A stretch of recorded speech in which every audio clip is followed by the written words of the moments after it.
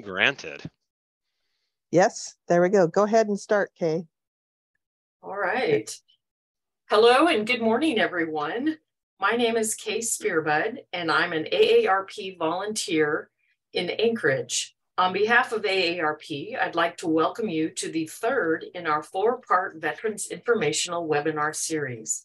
Today, our guest speakers are Susan Guillory, Dr. Michelle Fernelli, and Laura Cabot-Kennedy to share information on caregiving, audiology, and vision services for veterans. Thank you everyone for joining us today. Susan Guillory, Program Coordinator for the Program of General Caregiver Support Services at the Alaska Office of Veterans Affairs, will share information on the Department of Veterans Affairs Caregiver Support Program, CSP. The mission of this program is to promote the health and well-being of family caregivers who care for our nation's veterans through education, resources, support, and services.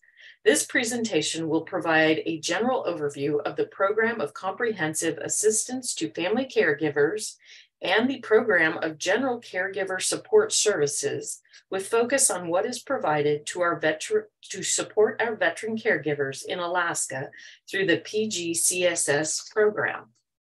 I'll take a quick moment here and share Susan's bio. Susan is licensed LCSW, MVF-CSW-VHA-CM, and I'm not going to even pretend to know what all of that means. She received her master's in social work from the Louisiana State University in 1997. Her licensed clinical social worker in 2000 and holds additional certifications as military veteran family certified social worker and VHA certified mentor.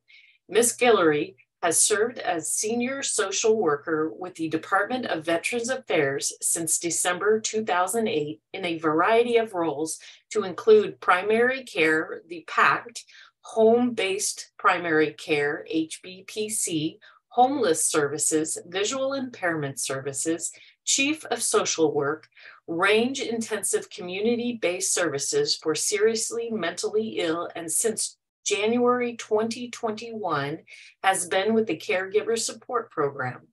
Ms. Guillory currently serves as the coordinator for the Program of General Caregiver Support Services under the Caregiver Support Program services line. Welcome.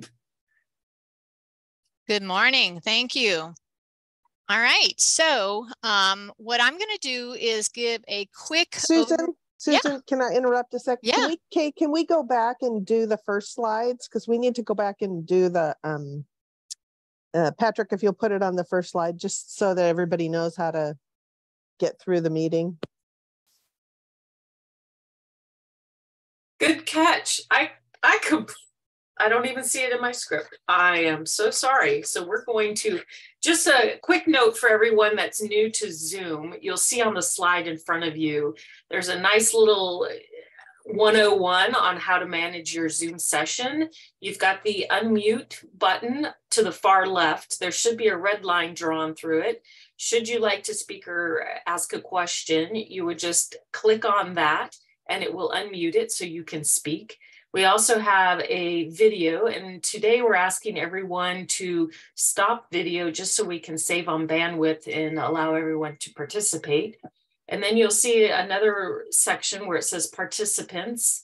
If you click on that, you can see everyone that's participating. And under that, you can also select your microphone or your video as well.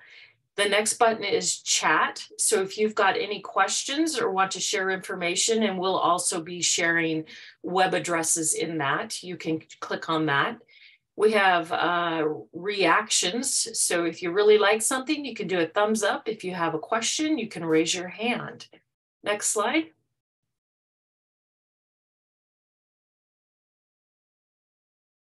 And here's our slide on our vision. AARP is a society in which all people live with dignity and purpose and fulfill their goals and dreams. The mission of AARP is to empower people to choose how they live as they age. And we do this through advocacy, education, member engagement, and community action. And now back to Susan. Okay, and I will go ahead and take myself off of video as well. Now you've seen the picture, now you see me. And then if you would go ahead and go to the next slide. So what I'm going to do, as I started to say earlier, is give you a quick overview of the Caregiver Support Program. I by no means am going to be able to capture everything. And at the end, you'll see my number and an email address, I think, is on there. Please feel free to connect with me if you want more information. But under the umbrella of the Caregiver Support Program with the VA, and they are deciding to weed eat right outside my window as I speak, is the two programs. One is the Program of Comprehensive Assistance for Family Caregivers, or PCAFC. You'll hear me talk about it as the comprehensive program. And the other is the Program of General Caregiver Support Services, PGCSS, or the General Program. That is the program that I coordinate.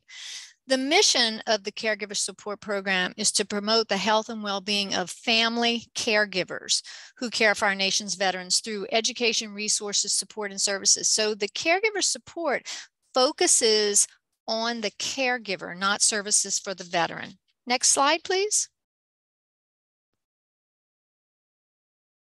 So with the comprehensive program, there are 7 factors here. I'm not going to go over all of them. The key ones to know is that in order to apply for the comprehensive program, which provides resources, education support, a financial stipend, potentially health insurance for the caregiver if they're eligible, basically if they're not covered under any kind of other coverage, and potentially beneficiary travel. The comprehensive program offers a financial. To be even eligible to apply, we must look at the first 2 things, that the individual must be a veteran, or they can be active duty military, but they are being med boarded out, and there is specific documentation of the date that that is occurring, and so they can begin that process. The second piece is that they must have a serious injury incurred or aggravated in the line of duty. And so for all intensive purposes, the way we say it here is they must be 70% or more service-connected disabled. It doesn't matter how that combination is. It doesn't even have to pertain to the reason that they need the care. For instance, we can have somebody who is 100% service-connected for PTSD, but now they have dementia. So none of that matters. They must be 70% or more service-connected disabled, and that is a disability rating provided through the Veteran Benefit Administration. If they are have those two things, then they are eligible to apply. That doesn't mean they are eligible for the program. So the next big thing that they will look at is that the individual must be in need of personal care services for a minimum of 6 months. So this is not your short term. And the key here is that the veteran must require assistance of that caregiver for at least one activity of daily living, which can be bathing, dressing, feeding, not cooking, but feeding, grooming, those type things, every time that activity of daily living is performed for a minimum of 6 months. And then there's also a criteria point related to being able to maintain or the supervision and protection, which is basically their ability to maintain their own safety in the environment. So when you think about it, think about those veterans who, if that caregiver was not in the home with them, they would potentially have to be in an alternative living situation. Those are, not in all cases, but those are mostly the cases for the comprehensive program. And then once the evaluations are done, then the other keys come into place. But the main thing is must be a veteran, military being boarded out, and have 70% or more service-connected disabled to even begin the application process. Next slide, please. I am not going to go over all this, but this is to show you that there is a very thorough evaluation and assessment process that occurs when someone applies for that comprehensive program. So if they are determined eligible, then there's a veteran assessment and a caregiver assessment done on every caregiver that is listed on the application. They can list 3, although only the primary would be paid if they are approved. Once all of those assessments are done and the functional assessment is done, all of that is packaged up electronically, sent to our clinical eligibility and appeals team out of Portland, Oregon. They are the ones that make the decision on whether the veteran is appropriate and the level of care met for the program.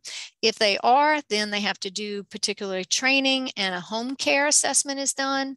Then all that information is packaged back up for the final approval. At any point in here, if they're not, there are intercept points where they are told about the general program, which we'll go into in a moment. So this is just to show you it's a very, very thorough process. Next slide, please.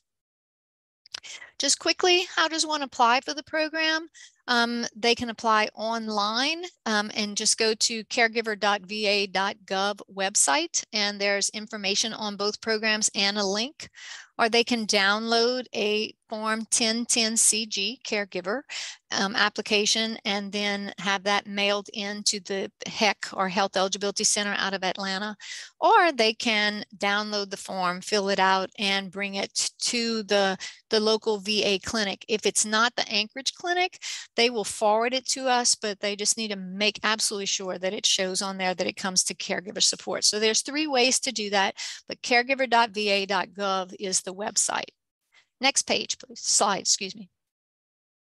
All right, so let's get into the program of general caregiver support services, because very honestly, this is where we are going to meet with more, and Patrick, that's caregiver.va.gov. This is where we're going to have much more contact with caregivers, because that comprehensive program, as you see, is for very few basically that meet that criteria, where with the general program, we don't care about service connection. So a veteran does not have to be service connected at all. There's also no thorough assessment process, although no application is required, but I do a brief assessment with them. But the big thing is with the general program, there's no financial stipend or other benefit. But we provide all our services through 4 core elements, which you see here: education, support, collaboration, partnership, outreach, and resource and referrals. Go ahead to that next one. Before I get into the local ones, this is the national offerings. And so the first 2 are starred. Both of those, a caregiver must be enrolled in one of our 2 programs to access. The caregiver Annie Caregiver Text Program is a great program, because if you are like me, when your phone dings that you have a text, I pick it up, see who's texting me. And so what the Annie Caregiver Program does is they will text a caregiver 3 to 5 or 7, depending on the diagnosis for which they're referred, something per week. And it's a very short, but it's that way of almost forcing that caregiver to stop what they're doing for a moment and either read something inspirational, read something motivational, or maybe it's do a little activity such as put this phone down and take 10 good deep breaths. But it's just a way to kind of make that caregiver stop for a moment. The Building Better Caregivers is a 6-week training program that is totally online. So the portal is open 24 hours a day. And it's for those caregivers that can't attend our regular business hour activities. Then we have caregiver self-care courses. They will have some that are open to the general public, some that are just for caregivers in the program. We'll be promoting one that's going to be in July on problem solving that we just got linked with. The caregiver support line is for any caregiver. Now, this is not a crisis line. So it's not open 24 hours, but it does provide information about assistance through the VA. It's social workers that man it, and if it's appropriate, they will refer to us as well. That support line also does caregiver education calls. So remember, any caregiver, they don't have to be enrolled in our program, can attend these calls. They have them lined out for the entire year, and that caregiver.va.gov website has a link to that as well. And then of course, the site, as I just said. So on to the next slide, please. So what do we do here locally? Well, we have, through education and support, we do 3 skills training groups. And the skills training, this is not going to be training on how to do wound care or how to do bathing. This is skills to help the caregiver fill up their toolbox with ways to handle situations or stress or behaviors in a way that helps decrease their stress, or at least doesn't increase their stress. And so we offer the three. We have REACH, which is a 6-week group. We meet once a week for 90 minutes. Powerful Tools for Caregivers, also 6 weeks, once a week for 90 minutes. And then Caregivers First, which is 4, and it's an hour and a half as well. And we run these intermittently throughout the year, depending on the interest level for these groups. Then we have the option for individuals, so just one-on-one. So that REACH can be done one-on-one. When we do that, it changes to 4 sessions. We can extend it to 6. And then we have a new program that's come out, which is Caregiver Health and Wellbeing Coaching, and that is 6 to 8 sessions. Don't let that scare anybody, because that is totally dependent upon the discussion between the caregiver and their coach and what the caregiver's goals are, and the frequency of the meetings are determined between the caregiver and the coach. Next slide. We also do the Caregiver Wellness Cafe every month. This cafe we open up to any caregiver that wants to attend. We say here to register. That's really for anyone who's not enrolled in our programs, so that for privacy reasons, we know who is in the room with us if we don't recognize the name, the phone number, or the name on there. But any caregiver can attend that. And you see, we have it all slated out for the entire year, except for the last month, because if we find that there's a trend in interest or something that was really popular and we didn't get enough time to present on that topic, then we'll slide it back in for September. The other one we offer is Caring Conversations, which is just a drop-in group. And it's whatever the caregivers want to talk about. Or this month, actually, I had one caregiver call in, and it worked out beautifully because she was tired. She had gone sit outside in her car to just sit in the sun in her car. And what we did was just some meditation and relaxation. And she so enjoyed that. So it's whatever the caregiver needs, or caregivers. We hope that there'll be, and many times there are more caregivers, and there's a lot of conversations and support that way. Before I go any further, let me clarify that everything that we do with the Caregiver Support Program is done virtually or with a telephone component. We will be starting to roll out some face-to-face things, but everything we do will always have the virtual and face-to-face because we cover the entire state. Next slide, please. We also, in collaboration with our Suicide Prevention Office, offer SAVE training, which is a specific training for caregivers.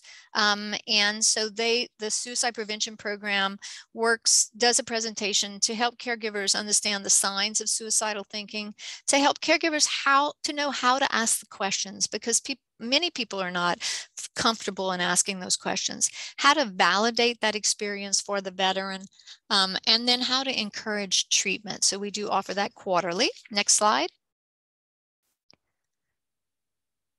And we always, I forgot I put this slide in.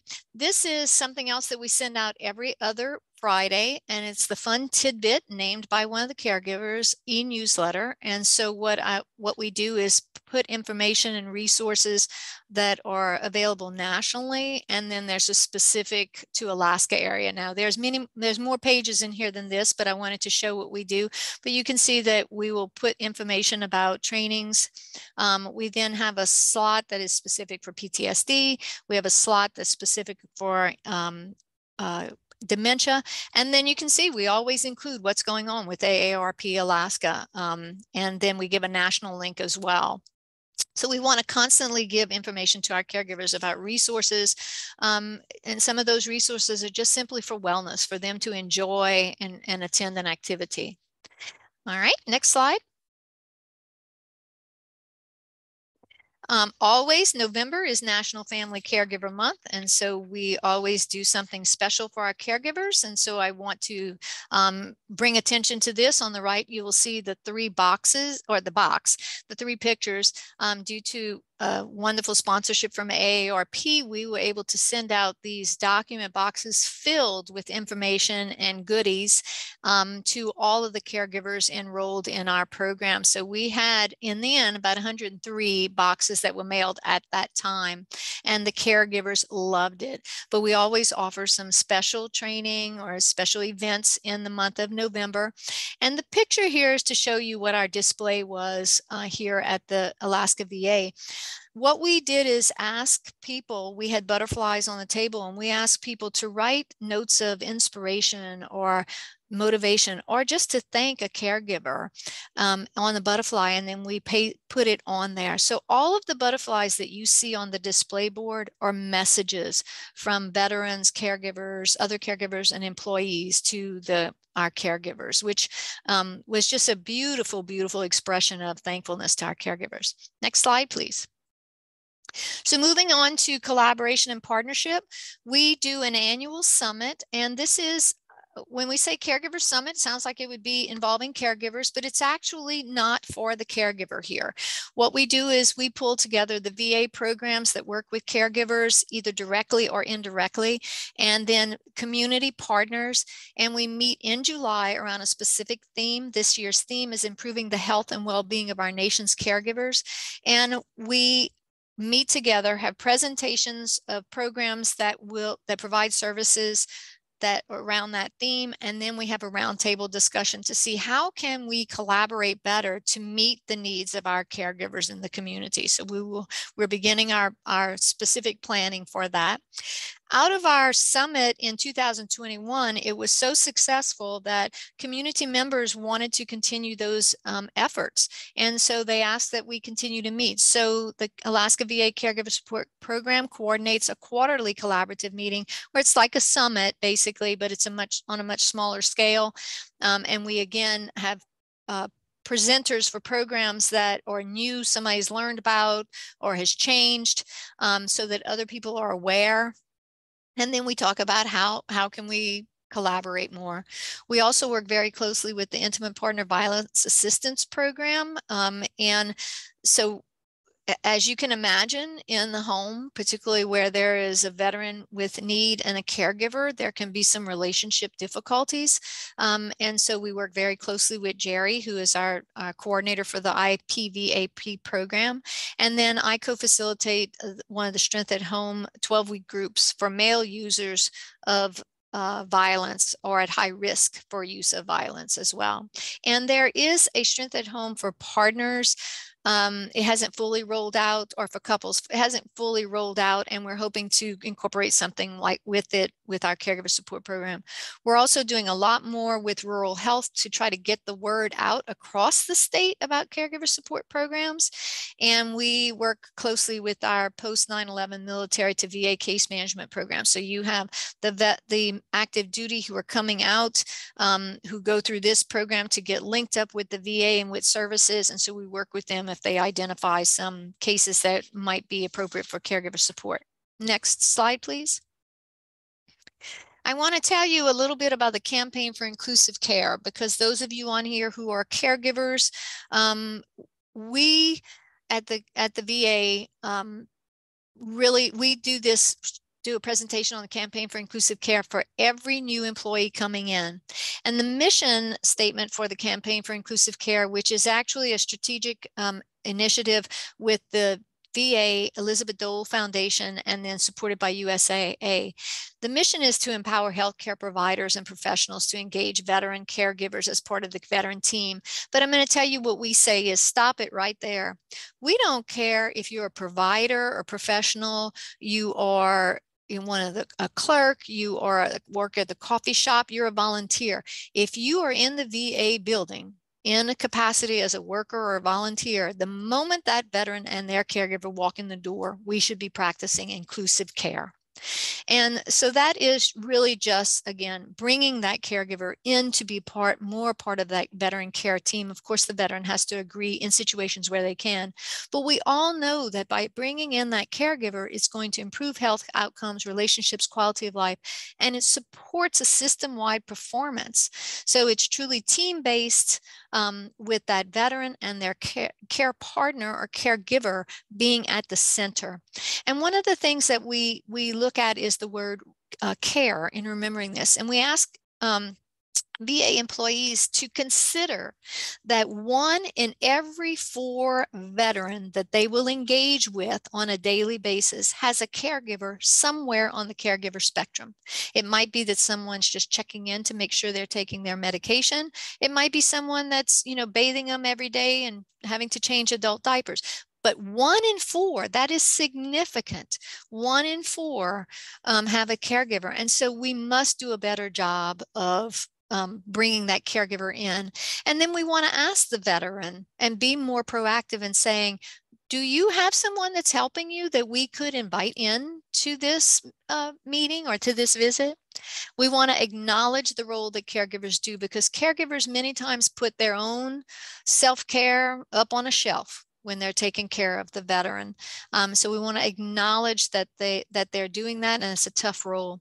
If we're asking them to also be a bigger part of our team, we want to make sure that they understand the role that we're asking them to play and the importance. So for instance, we say if we're asking them to make sure that the veteran's taking their medication, well, it might be helpful that they have a better understanding of what that medication is for in very general, easy terms, so they understand the importance of it as well. And then we always want to encourage caregivers to take better care of themselves. Next slide, please. This is just to show you that we do outreach. We try to get the word out, and we have some things coming up. Of course, today, you can see on the upcoming, we'll have, and this is my typo, it should be Mill Spouse Fest, which will be coming up in June. Links out of Wasilla is going to have their 30-year celebration. The Elizabeth Dole Foundation does a retreat every year, so I'll be presenting there, and then the Matsu Veterans Fair. So we're trying to get out there and get more information out. But very honestly, we know that we are touching such a small percentage of caregivers. And so the more that we can get information out through things such as this, the better. And then we ask you to share it as well. Next slide, please. So under the core element of resources and referrals, every year we do have a virtual resource fair. And last year, the resource fair focused a lot more on elderly and elder care and the legal, and we had a neuropsychologist talk about the neuropsych exam. We will be sending out a questionnaire to our caregivers to see what is the primary thing they want this year. And we will then be focusing our resource fair around that. But again, it is virtual, and I suspect we will, as we've done in years past, open it up to any caregiver that wants to attend. Knowledge is power, and so we don't want to just keep it to us. Okay, next slide, please. And then I have to bring this up because AARP has been so tremendous in helping us. And through sponsorship with them, we were able to do those caregiver boxes that you saw earlier. We are setting up the Caring for Those Who Care training. So we are going to be training all of whoever registers in terms of providers, nurses, social workers, OTs, whoever, on working with caregivers from 6 main cultural areas. And we had planned it for in March, but due to some unforeseen situation, we had to postpone it. So we're looking to reschedule it for October. The next thing is that we did a collaborative training with the Alzheimer's Resource of Alaska, the Know Your ABCs of Dementia. I think we had 59 people that were enrolled in it, and it was a 3-session series. And through our sponsorship, we were able to give free books that were talked about in the training to the first 50 who registered. And actually, we bought more books, so more caregivers actually got books. And then actually the next thing about the elevated oats, that goes into the next one. That is an error on my part. So I'm going to go into the advanced care planning. So the next big thing that we did was that we had the advanced care planning on April 13th, because April 16th, I believe, was the National Day Healthcare Decision Day. We did an advanced care planning event that was simultaneously done at every VA clinic. Now, it was a little bit different at the clinics due to staffing and all, but Anchorage and then Matsu Clinic out in Wasilla and the Soldotna Clinic all had manned tables to provide information. Fairbanks was scheduled to have that, but due to the volcanic ash that canceled all the flights, our palliative care social worker couldn't get up there, so they ended up just with a table set up, but not manned. And then Juneau and Homer had tables set up with information, and it was promoted throughout all of the VA facilities. So where we had it manned, we know that we provided education to 130 plus, because none of us were real good at keeping the little tabs. We were so busy giving education, but we know that at least 130 plus people were given education on advanced directives. 22 people completed a directive and had it notarized that day. 19 put their name down and asked that their social worker call them to schedule an appointment to get it done. We also did three informational sessions, and all three were attended. And our 12 p.m. session on Facebook was actually a live broadcast, and so it is on there forever now. And when I last checked, we had 3 shares and 645 views. So if you are interested in completing an advanced directive, whether it be the VA directive or the state of Alaska directive, because we focus not only on veterans, but also family members and employees, we said everybody needs an advanced care planning. You can go to the Alaska VA Facebook page, and if you'll scroll down, you will see that, and you can listen to a presentation on how to complete the VA form and the other form. But the way that the AARP supported us, and I put that up on the other one, is that at all of the places where we had manned tables, we had refreshments. And so in doing that, what we also did was support a women veteran-owned business, and that we had the little elevated oat snack packs for everyone, and then water for everyone. So it was a big, big, big hit. Next slide, please. We are also in the process of putting together the Money Smarts, and it's going to be Money Smarts for adults, because we have such a wide range, but we are working through the FDIC program that's Money Smart for adults, and then Money Smart for older adults, and pulling out components. So I have somebody who does financial work that is working with me, plus an additional person who's been volunteering with Junior Achievement with the financial presentations, to lend more credibility rather than just me as the social worker doing that presentation. And then I do need to get back with Troy, because he had said absolutely, but we've kind of delayed a little bit. So hopefully he'll be able to do a presentation, and you're going to see him next week. So the other thing through our sponsorship is Dr. Valerie Johnson, our OT, will be doing a cognitive stimulation group with a caregiver couples. So she's in the process of putting all that together, gathering her information, determining what she's going to need, and that will be a 6-week group. We are also, we were looking at psychological first aid. We're actually going to be changing that to more of the resiliency training and working with the Red Cross with their programs. Just because the psychological first aid is too long to ask caregivers to be away from the veteran that they take care of. And then potentially in the non-certified CPR for caregivers. We were hoping to be able to provide certified CPR, and Red Cross just signed a memorandum of understanding with the VA, but it's not going to be put in place before, so that's not going to work. And then we're going to be able to purchase more books for the Powerful Tools for Caregivers 6-week group. And we are looking at, because we can do that through this wonderful sponsorship, in doing a Powerful Tools group for veterans who are caregivers of non-veterans.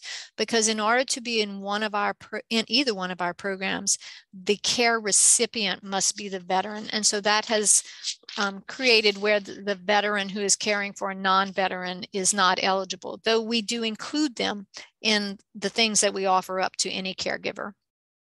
All right, next slide, please.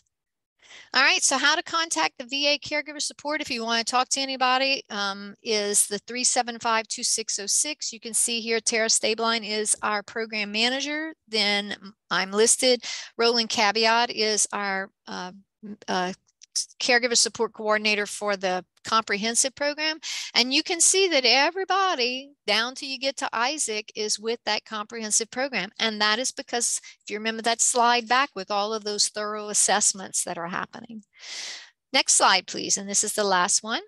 So directly to me, if you have any questions, my number is 907-375-2168. And I can put my email in the chat. What I would ask though is that if a caregiver emails me, please do not put any information about the veteran in that email because I cannot protect it. But if you need me to send you some information or need me to contact you and are having trouble getting through, I would be more than happy to do that. So I am done. Did y'all want to do questions now or wait, Patrick, until at the end? Yeah, we could certainly do questions now. If anybody has questions, you feel free. We've got a small enough group with our audience to be able to chime right in right now. You could take yourself off mute and ask a couple questions if you have some. If not, we'll move on to our wonderful next guest speaker. Susan, this is Kay. I've got a quick question for you. My mom and I are actually getting involved with the caregiver program. My dad's a Vietnam veteran. And one of the challenges we've come across is talking to him about advanced care planning. Actually, I have a problem talking to my mom about it, but he's kind of the focus right now. Can you give us any idea on how to approach that? Or if once I get him into the caregiver program, is that something you or your staff will approach him on? Yeah, we do encourage that, absolutely. But I would say that right now, if he is linked with the VA, he has a social worker then linked with that primary care provider. I would encourage you to schedule an appointment and have that social worker to discuss it. Let the social worker be the one bringing up the information, explaining it all on why it's important, because we say, you know, it's important at any age, as an adult age, to have an advanced care planning because you never know. And really, the way I've always explained it to the veterans since I've been working with anyone actually, even before that, was so many people want to maintain control, and that would be important, to maintain control. An advanced care planning document allows you to maintain control when you're in a situation where you can't say what you want. And so I will have veterans or other patients who many times would say, well, nothing's going to happen to me. Okay, if you have an elective surgery, you're under anesthesia. You can't make a decision, you know? And so I always focus on, the way that I always present it was focusing really on, this is a way for you to maintain control and for you to tell us what you want us to do. But I would definitely get in touch with the PAC social worker or patient line care team social worker and set up a time to meet and discuss that. Let them be the one to bring it up if it's a difficult subject for family to bring up, because it is so important. Between now and the time they get involved in the caregiver support program, things can happen. Yeah, thank you very much for that. That gave me some really good ideas to get this done. I appreciate that. Yes, thank you. And do we have any other questions?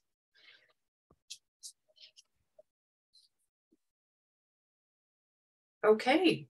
Well, thank you again, Susan, very much for this valuable information. And just as a reminder to everyone, this is recorded and the links will be sent out to you. You can also go to the AARP site and download the slides.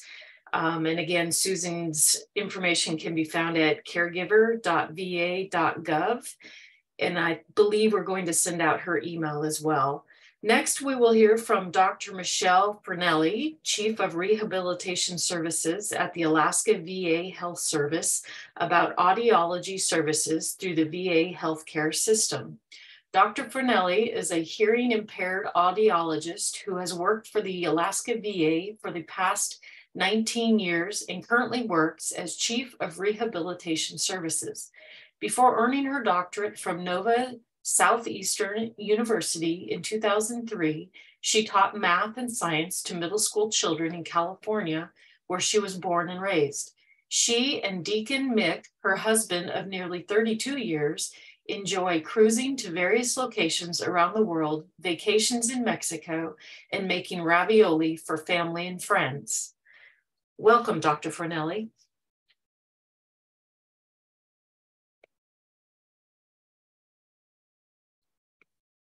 You might be on mute. There you go. Oh, we still can't hear you. Might check your volume.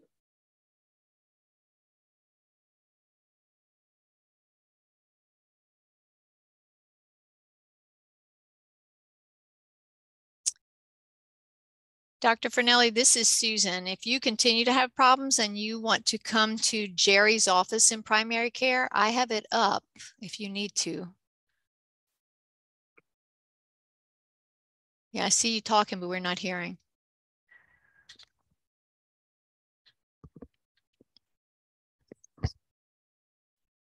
Any pointers, Patrick? No, I'm just kind of looking. I'm trying to see. I'm looking right now at all the settings.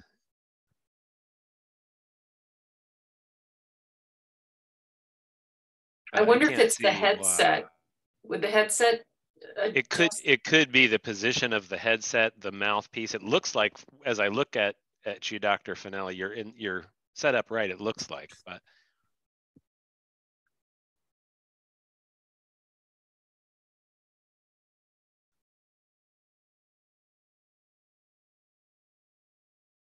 maybe try unplugging your headset and then just, if you can, I'm not sure of your situation there.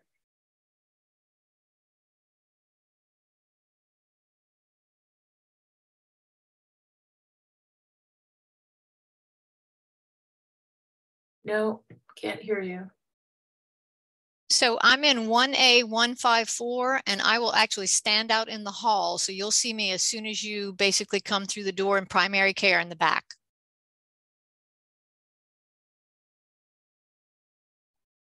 Maybe we can swap and do vision services while we're switching. Sure. Laura, would you like to jump up next? Sure, I can do that. Okay, it's going to take me a second to advance the slide. So I'm going to advance to our intro slide for you, and we'll just swap the order.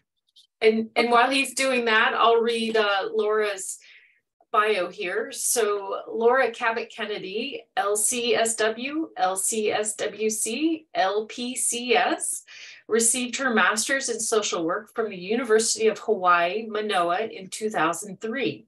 With very supportive military U.S. Army leadership, Ms. Cabot Kennedy served on active duty while doing her MSW internships as an enlisted behavioral health specialist.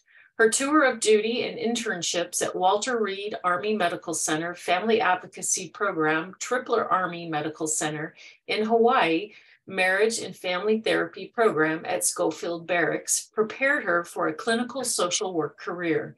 In 2020, she retired as a behavioral health officer, social worker officer at the rank of captain from the U.S. Army.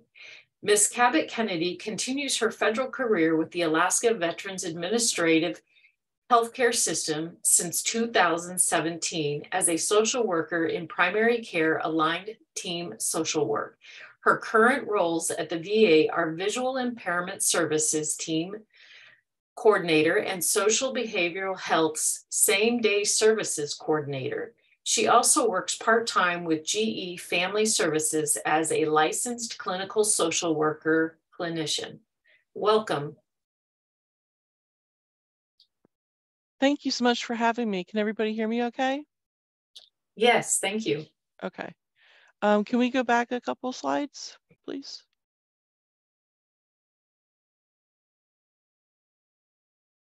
Okay, looks like there's the first one. Go ahead and advance. Okay, so low vision program basically has the purpose of providing support, assessment, and overall education about vision impairments, as well as how you can function better within your environment. So a couple of questions folks usually ask me is what's the cause of low vision? And this slide just kind of talks from an academic standpoint of how there's parts of your eye. If we can go forward to the picture slide. There you go. It depends upon what the problem is, but with what you're seeing. So you could have blank spots, dark spots, or wavy lines in the center of your vision. It could be blurry, hazy, cloudy, or double vision, or loss of being able to see side to side, that peripheral vision, or even color. If you're looking at the slides, you can see that there's a picture of an eye that basically has the setup of where the parts of the eye are. Next slide, please. Okay. So the goals that we have aligned, I think the slides are a little jacked up a little bit, but what is low vision blindness? What is the program at the VA? What are the program objectives, services that are offered, learning more about vision loss, products and tools that could be offered, fast facts and truths and false, and the questions at the end. Next slide, please. And Laura, if you see the right slide, because apparently, yeah, something has happened here. I thought these are in the exact right order. But if you see one that we need to stop on, you just let me know. Okay. So what is low vision? You can't see well enough to do certain daily activities. Medicine, surgery, regular glasses, or contact lenses may not help. Your central or side peripheral vision or both may be reduced. Next slide, please. Here is the logo. Here we go. So optic nerves can carry signals from the retina to the brain. It could be damaged because of increase of eye pressure. You may be unable to send messages to the brain. An injury to your eye can also result in low vision, and some people are born with low vision. Next slide, please. Depending upon what your needs are, you may get care in an outpatient setting or in an inpatient clinic where you'll live full-time for a short time period when you're working with the Veterans Administration, American Lake, or other location if you qualify. Next slide, please. Treatment for low vision. Using visual aids can help you to do things that you need and want to do. There are many kinds of visual aids. You can buy them at low vision centers. Sometimes you can get them over the counter. Some eye care providers will also sell these aids. They can train you to use your aids and talk with you about using the correct lighting. Next slide, please. And there's many different types of aids that can help you see better, make your life easier. Magnifiers, high-power glasses, telescopic devices, check writing guides, large button telephones, stoves with large dials, talking clocks, audiobooks, computers, other machines, large print books, newspapers, magazines, and playing cards, closed-circuit television systems magnifying reading materials. Next slide, please. The VIS program is designed to improve the quality of life for participants, development and enhancement of skills, increase in personal interdependence, adjustment, successful reintegration into the community and family environment. We also address safety needs. Okay. And program objectives is to assist the veteran with adjustment to and management of sight loss, ensure the provision of lifetime of health care, rehabilitative training, and necessary adaptive equipment for visually impaired veterans.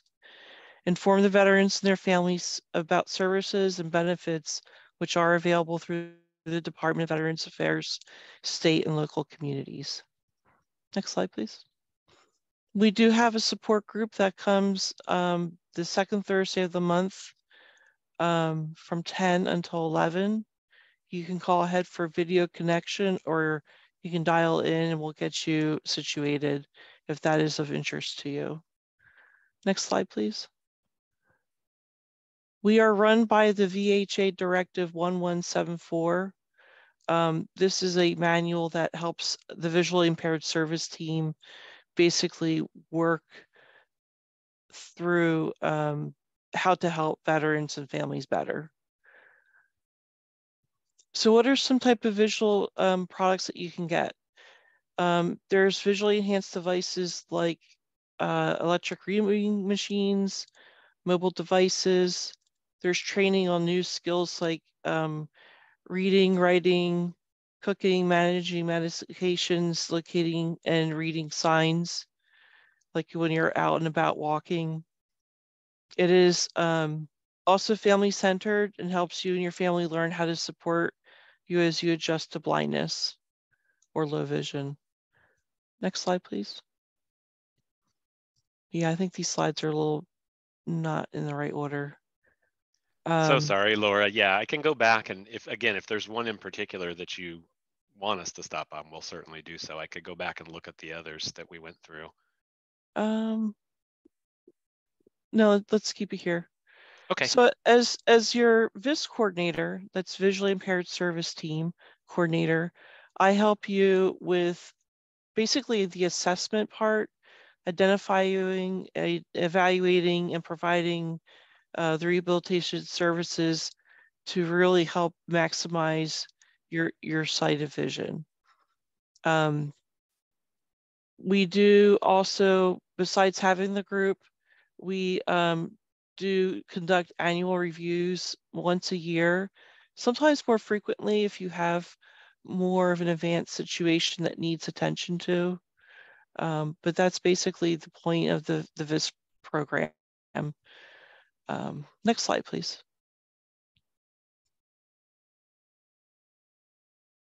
Okay, we just talked about this part. Let's keep going. Okay, some low vision facts. Show of hands, how many people know about white canes?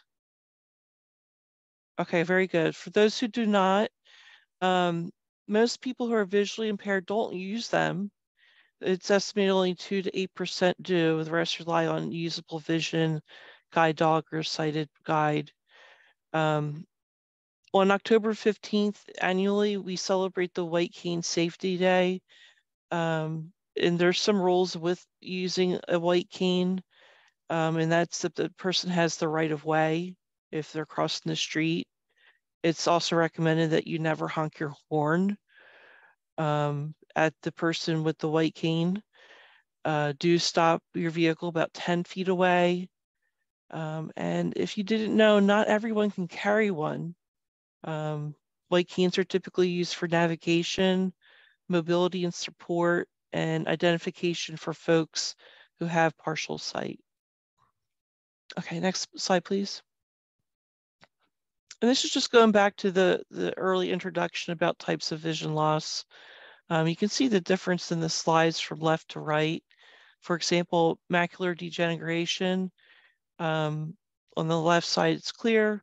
Right side, you get this blur right in the middle. Redness pigmentosa, it's the opposite of not being able to see around the eye, but just the center of vision. Next slide, please. So we do have a few common products and tools. We have talking watches, text readers, mobility aids, blue and white protection, sunglasses.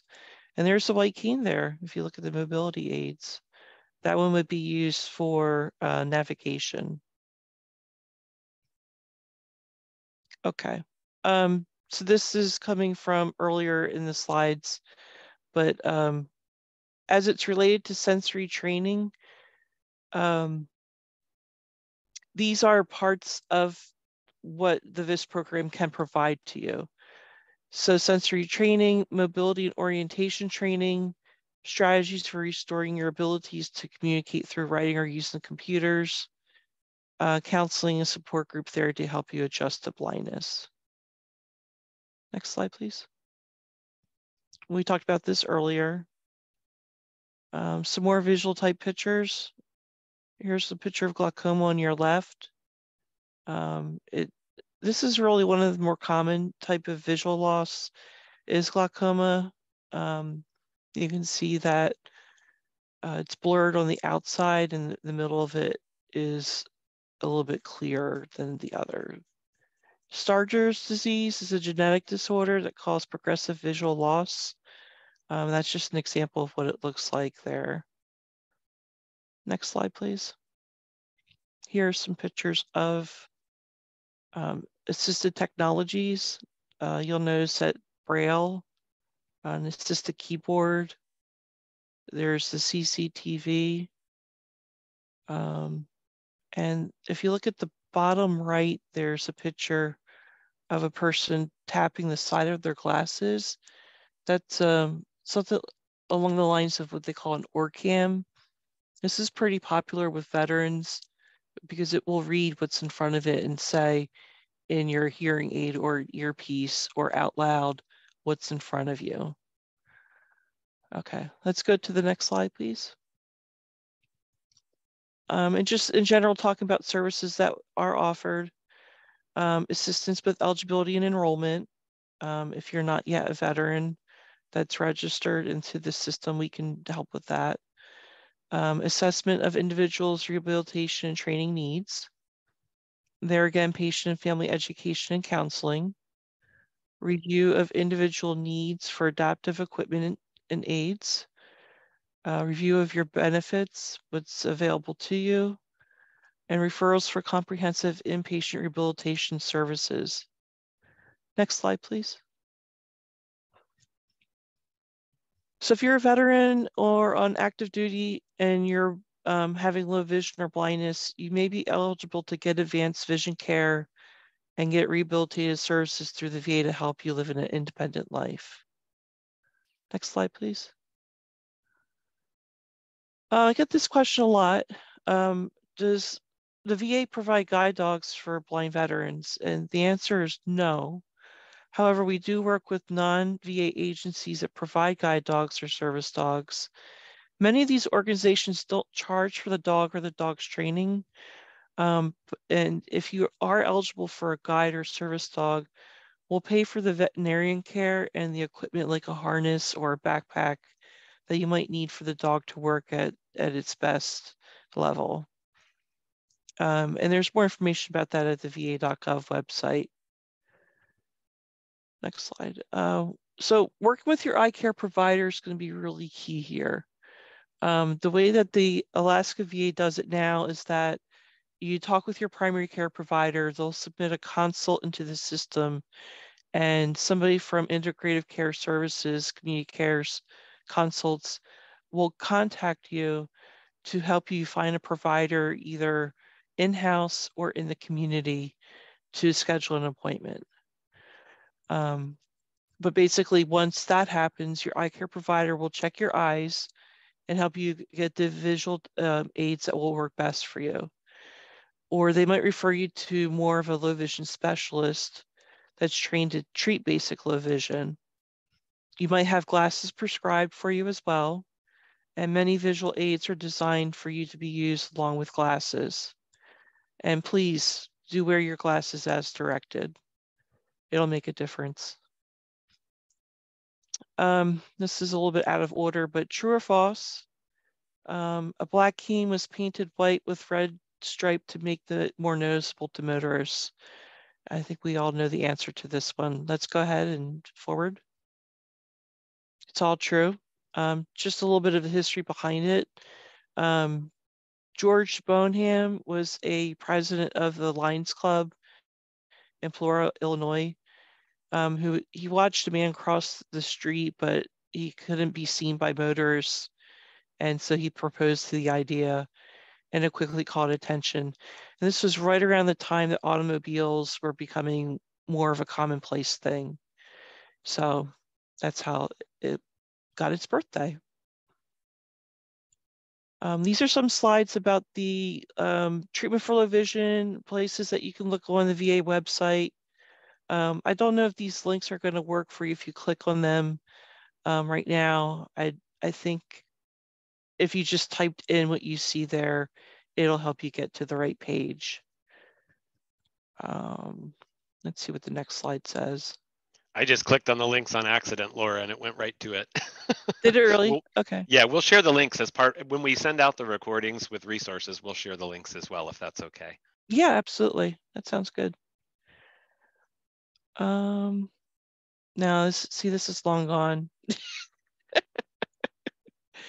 Yeah, there's a white cane. And here's my contact information. So sorry about that, Laura. I don't know what has happened with the slides, but you did wonderful. You are so well at adapting at it. I try. Thank you so much for the opportunity to talk with y'all today. Are there any questions at this time before we move forward? Laura, this is Kay. I've got a quick question for you.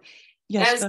As the veterans start going to the VA and then gradually as they're aging through life, how often are they getting their vision, or should they expect to get their vision checked? Well, it would depend upon the veteran, but what's typically recommended is that you get your vision checked every 2 years. I do know that people who have diagnoses like diabetes who get checked more frequently. So it's going to be between you and your primary care provider to determine what is the best course of action for you.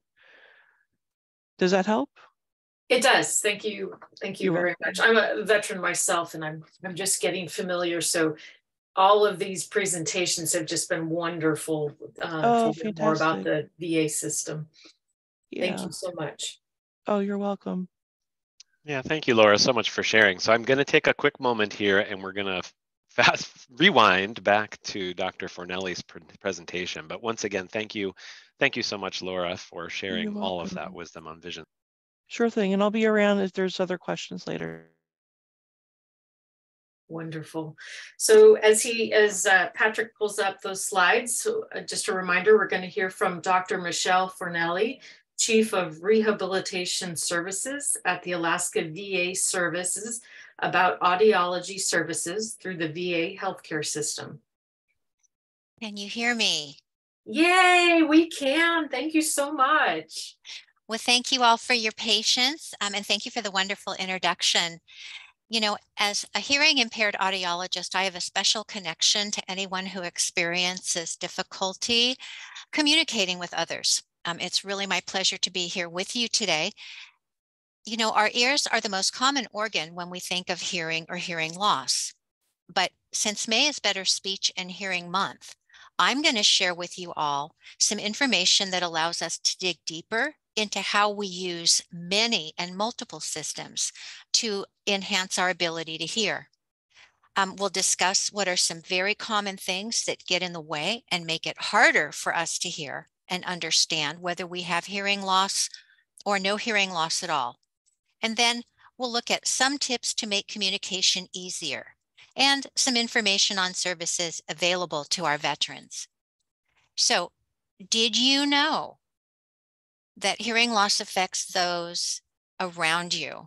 And often the first people to suspect that someone has a hearing loss are relatives and friends, not the person who has trouble hearing. So some common things to look for. Do you ask others to repeat? Do you keep television louder than others? Do you have trouble hearing if there's any background noise? You know, hearing loss is now so common that it doesn't carry the stigma that it used to. And hearing aids are really much more common. We see them in much lower age demographics now than we ever did before. And it's funny to walk around, and we regularly see people streaming music with Bluetooth earbuds, I think they call them. I mean, they're hanging from their ear.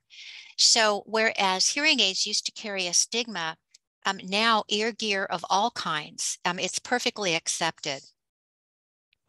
So many people have a hearing deficit that makes it hard to hear certain sounds, including sounds of speech. So inability to hear sounds is how we typically think of hearing loss. Less evident, but still a huge problem, is making sense of what we hear, especially when our brain is bombarded with multiple messages at once.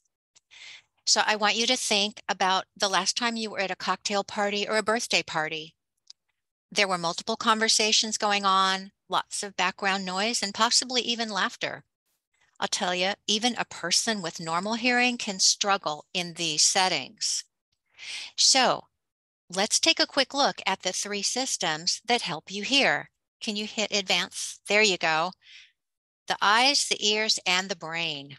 Next slide, please. So sound has to reach your eardrum, and that's how it starts to get transferred to the nerve, and then it'll reach your brain, where understanding does, or in some cases does not, take place. So the first thing to rule out is that earwax is plugging your ear canal. So that's the first thing an audiologist will look for. But after that, your eardrum and your middle ear system need to be healthy too. If you have a problem in either of these areas, then you have a problem conducting the sound to your nerve. And an ear, nose, and throat doctor might even recommend surgery to help you hear. The most common type of hearing loss, however, is damage to the nerve and pathways to the brain. So if the damage is too severe, making sounds louder definitely doesn't help move the signal along. Sounds can become very degraded, and if sounds are just louder, they just sound more garbled. For most people, however, making sounds louder does help them hear. Next slide, please.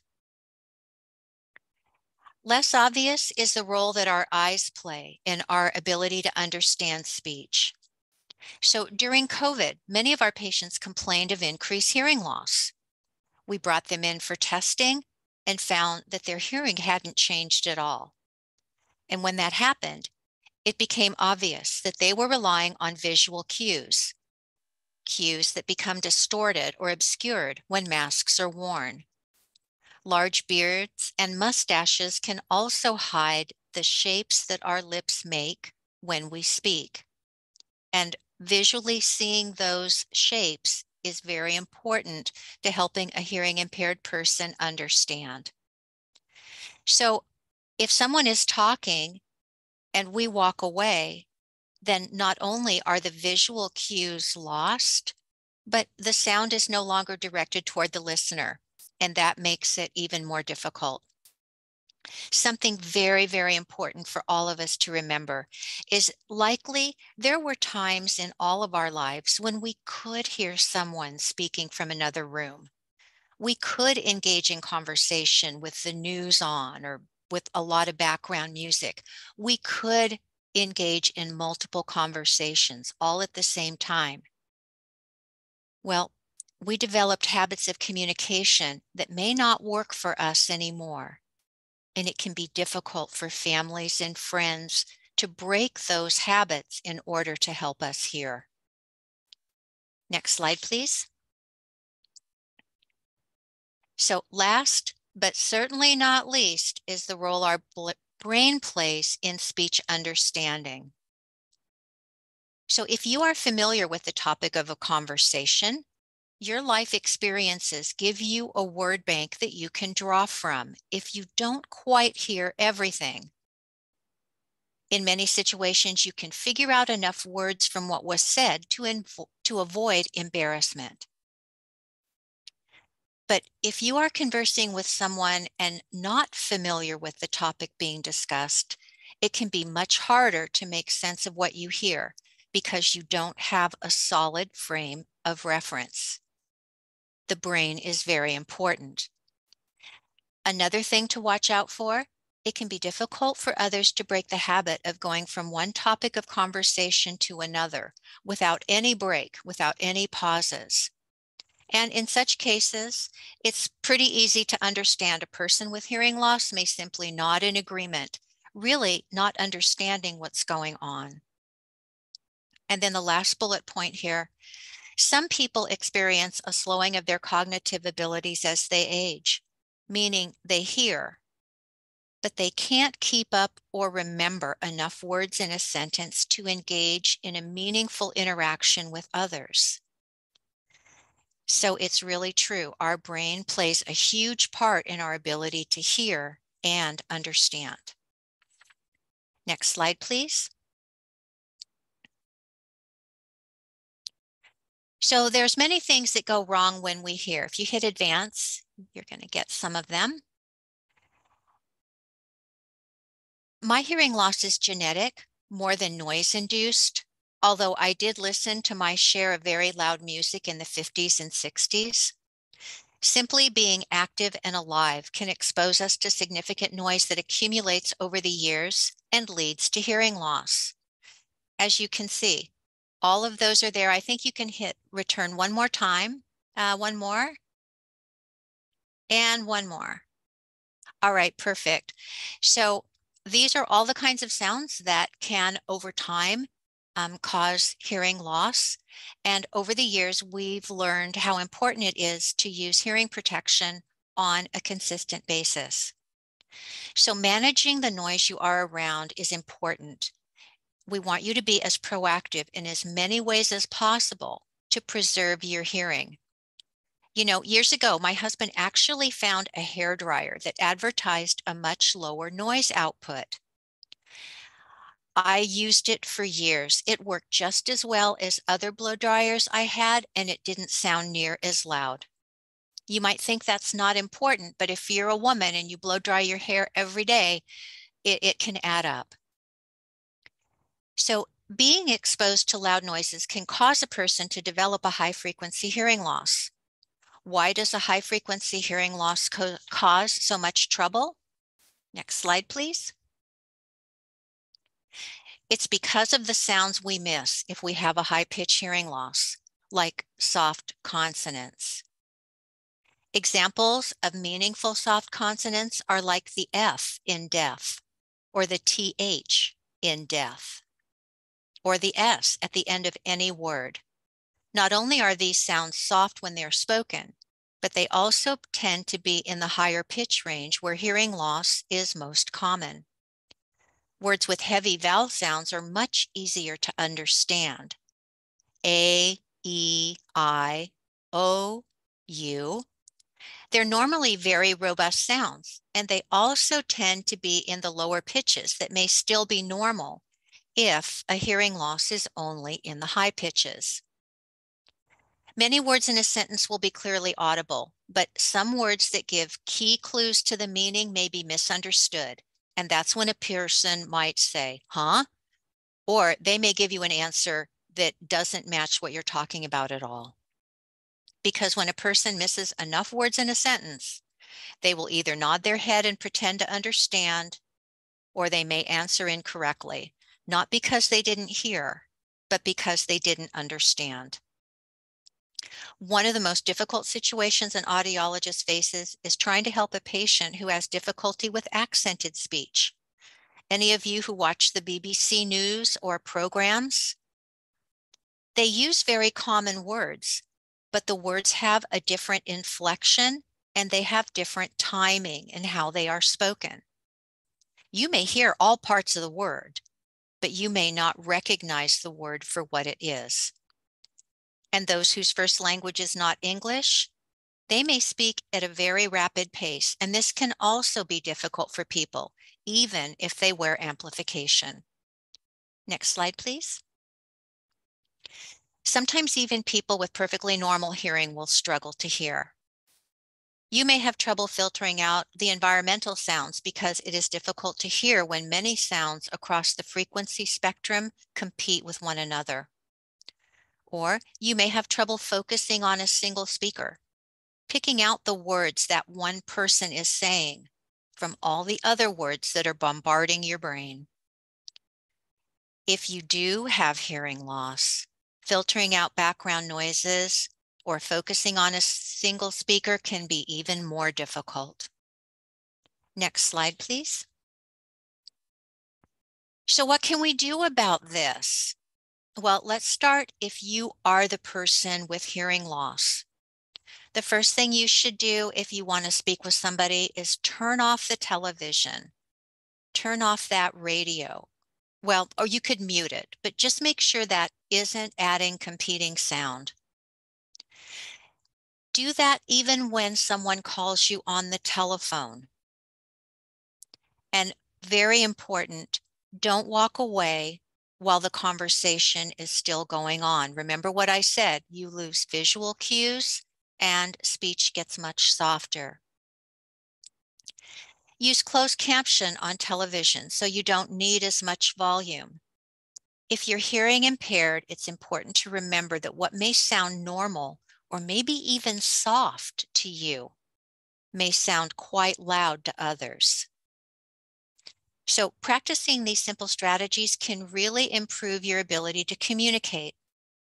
And if you are hearing impaired, be bold.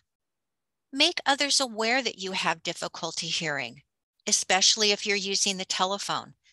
Because when you're on the telephone, you have no visual cues at all. You may not immediately recognize who is calling you. You may not know why they are calling, and thereby you eliminate any reference points that allows your brain to kick in and help. If needed, ask the person on the phone to slow down. Talking on the phone can be very difficult for those with hearing impairment. Next slide, please. Back one. Okay, so what if you live with someone who is hearing impaired? Okay, the slide is out of order, so we'll just talk. If you live with someone who is hearing impaired, speak clearly and don't rush. Don't change topics without some warning. Again, don't walk away while the conversation is still going on. Don't try and have a conversation when you're doing dishes with running water in the sink or with the radio or television on. And something else, really get the attention of the person you are speaking to before you begin. All of these tips are trying to give the brain a fighting chance to figure things out. Probably the most important point I made was especially make sure the person you are talking to is ready to listen to you. If the person isn't paying close attention, if they don't know you are speaking to them, then you could be 3 or 4 words into your sentence before the brain kicks in and tells them they need to listen up. So now they've missed probably 2 or 3 key words in a sentence. And that can mean the difference between understanding the message or missing out on it completely. Next slide, please. So, what if you are a veteran? Well, be sure that you're enrolled and eligible for VA healthcare. Did you know that you can schedule a hearing test without a referral? I will be sure that I type our telephone number into the chat box. You do not have to have a primary care provider at the VA. You just need to enroll and be eligible for care. You do not need a consult. You can directly schedule with an audiologist. Not all veterans are eligible for hearing aid services, but many are. Not all veterans were exposed to noise, and not all veterans will have or will develop hearing loss. But every veteran can and should have a simple hearing test to find out what they hear and what they don't. Your audiologist is not going to try to force you to try hearing aids, but he or she will make sure that you understand your hearing loss. They will discuss strategies for improved communication based on your test results. and they will make sure you know what your treatment options are. Next slide, please. So what can you expect from your audiologist? We'll give you a comprehensive audiological exam. Nothing hurts, okay? We don't poke you, prod you, or hurt you. It takes about an hour. You can expect your audiologist to discuss the options with you, including Bluetooth connection to your phones or other devices, features that help with tinnitus management. Hearing aids now actually have trackers and lifestyle monitoring in them. They have speech focus for the best possible hearing and noise. You know, I've been doing this for 20 years, and if somebody had told me 20 years ago that I would be offering a hearing aid that connected to your iPhone, would stream music from your phone, would stream your telephone calls directly into your ears, would alert someone if you fell, I would tell them, yeah, fine, you just have been watching too much Star Trek. But yeah, I laugh at it now, but it's actually available. So some other things you can expect from your audiologist: we'll give you follow-up appointments to make sure your hearing aids are set appropriately and they meet your needs. And we'll also have routine reevaluations to make any necessary adjustments should your hearing change. Next slide, please. That's the one that was a little bit out of order. I believe it's going to all be attached once this chat is over. So let's go to our final slide. So what are you waiting for? If you're a veteran eligible for VA care, call us and schedule that appointment. Your audiologist will make sure you fully understand your hearing loss and your treatment options, which might include hearing aids provided by the VA. So schedule that appointment. You have nothing to lose. Last slide. Oh, good. I had forgotten that I put in our contact information. So yes, there is our audiology number. Our office hours are from 7:30 until 4, Monday through Friday. We're closed from 12 to 1. So let's look in the chat. I often wonder about the employees at McDonald's and the coffee huts and what those machines are doing to their hearing. You're right. That is a grinding, high-pitched sound. I wonder as well. Teresa asks, can you talk about how to safely use headphones? Over the ear better than in the ear? Is there a volume limit we should keep it under? So you should make sure something is audible, but you don't want it to be loud. And I would say turn it up just till you can begin to hear it. If you need to turn it up a little bit more, that's fine. But you don't want to have it so loud that others can hear it in the room. That will damage your hearing over time. Great questions.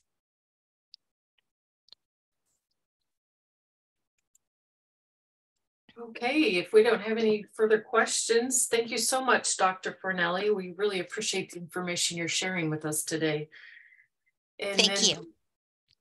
Patrick's gonna slide through all these slides real quick, get us back on track. And we've got a poll now that we would really appreciate all of our participants taking.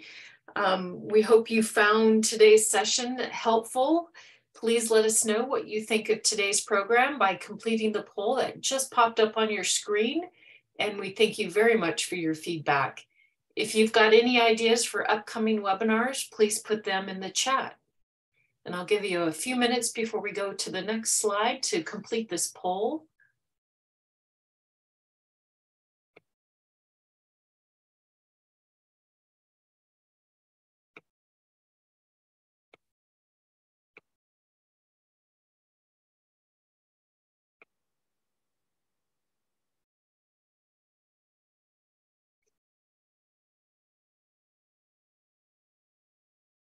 Okay, and while you're completing that poll, we'll go on to the next slide.